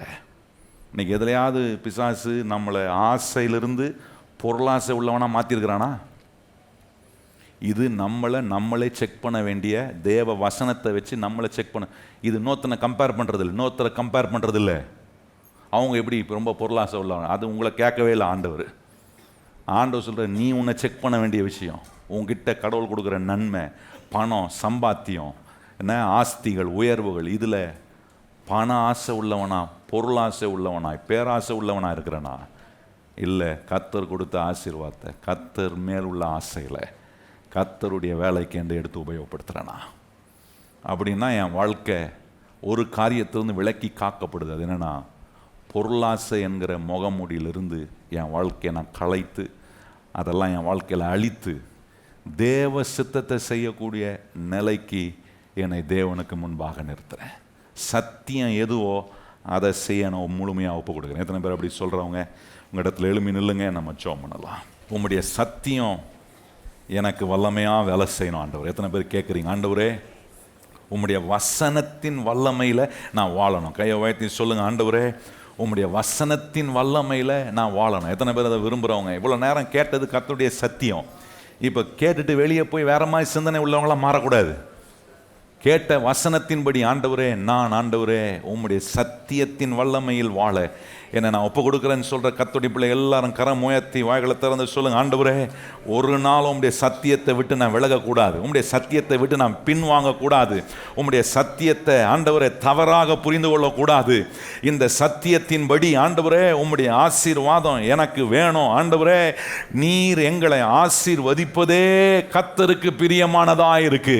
எத்தனை பேர் கை உயர்த்தி சொல்ல முடியும், என்ன ஆசீர்வதிக்கிறது கர்த்தருக்கு பிரியமான செயல். சொல்லுங்க வாயத்திறந்து, ஆண்டவரே என்ன ஆசீர்வதிப்பது கர்த்தருக்கு பிரியமான செயலா இருக்கிறதுனால நான் ஒரு நாளும் ஆண்டவரே உம்முடைய ஆசீர்வாதத்துக்கு விரோதமாய் பேசாம இந்த பொருளாசையை என் வாழ்க்கைக்குள்ள வராதபடிக்கு ஆண்டவரே அந்த ஆண்டவரே பொருளாசை என்கிற ஆண்டவரே அந்த முகமூடியை நான் களைத்து போட, அழித்து போட, இன்னைக்கு கேட்ட அந்த சத்திய வசனங்கள் எல்லாம் வல்லமையாய் எனக்குள்ள வேலை செய்யட்டும். ஆண்டவரே நம்முடைய நன்மைகளை எங்க வாழ்க்கைக்குள்ள கொண்டு வரட்டும். நாங்க ஆசீர்வதிக்கப்பட்டு அநேகருக்கு ஆசீர்வாதமா இன்னும் வாழ, உம்முடைய வேலைகள் எல்லாம் உம்முடைய ராஜ்யத்தை கட்ட, உம்முடைய ஊழியத்தை ஆண்டவரே நாங்கள் தாங்க, எங்கள் கையில் கொடுக்கும் எல்லா நன்மைகளையும் ஆண்டவரே நீர் விரும்புகிறபடி உபயோகப்படுத்துகிற ஆசீர்வாதங்களாய், செழிப்பாய், பொருளாதார நன்மைகளாய் எங்க கையில் அது உபயோகமாகட்டும். இயேசு கிறிஸ்துவின் நாமத்தில் ஜெபிக்கிறோம் எங்கள் நல்ல பிதாவே, ஆமென். இப்பொழுது நம்முடைய கர்த்தராகிய இயேசு கிறிஸ்துவினுடைய கிருபையும் பிதாவாகிய தேவனுடைய அன்பும் பரிசுத்த ஆவியானவருடைய அந்யோன்ய ஐக்கியமும் இன்றும் என்றும் சதா காலங்களிலும் நம் அனைவருடன் நிலைத்திருப்பதாக. எல்லாம் இணைந்து சொல்லுவோம். என் ஆத்துமாவே கர்த்தரை ஸ்தோத்திரி, என் முழு உள்ளமே பரிசுத்த நாமத்தை ஸ்தோத்திரி. என் ஆத்துமாவே கர்த்தரை ஸ்தோத்திரி, கர்த்தர் செய்த சகல உபகாரங்களையும் மறவாதே. ஆமென்.